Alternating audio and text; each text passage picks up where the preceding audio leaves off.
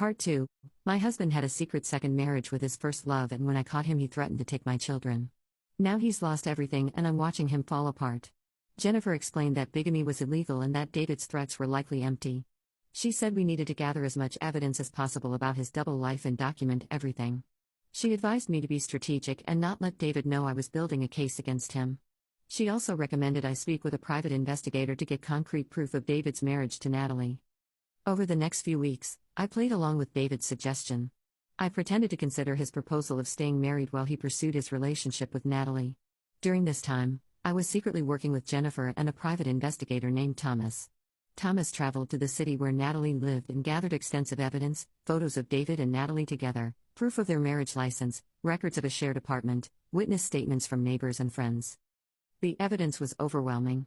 David had not just married Natalie but had fully integrated into her life. He attended family events, had friends who knew him as Natalie's husband, and even had mail delivered to their shared address. Thomas also discovered something David had not mentioned: Natalie was 4 months pregnant. This revelation hit me hard.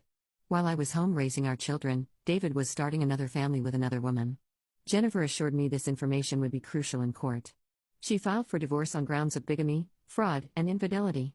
She also immediately filed for temporary full custody of Emma and Noah, citing David's illegal activities and deceptive behavior as evidence of poor judgment and character. When David was served with the divorce papers at his office, he came home furious. He screamed at me for betraying his trust and going behind his back. The irony of those words coming from him would have been funny if the situation was not so serious. He tried to intimidate me again with custody threats, but I stood my ground this time. I told him I had evidence of everything and that his threats meant nothing. David moved out that night and went to stay with Natalie. Over the next few days, I learned through Jennifer that David had not told Natalie the full extent of his situation. Natalie apparently thought David and I were separated and in the process of divorcing when she married him. She had no idea he was still living with me full-time and maintaining our marriage. When Natalie found out the truth about David's double life, she was devastated. According to mutual acquaintances, she felt completely betrayed and used. She had believed David's lies about me being the one holding up the divorce, about me being difficult and unreasonable. Learning that David had been fully committed to both relationships simultaneously shattered her perception of him. Update 1. It has been 6 weeks since I filed for divorce, and the fallout has been more dramatic than I ever imagined.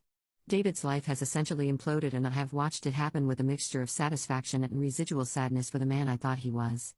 Natalie left David 2 weeks after finding out the full truth. She moved back in with her parents and filed for an annulment of their marriage on grounds of fraud. Her family was apparently horrified to learn what David had done. Natalie's father, who owns a successful construction company, had connections in the architecture community. He made sure word spread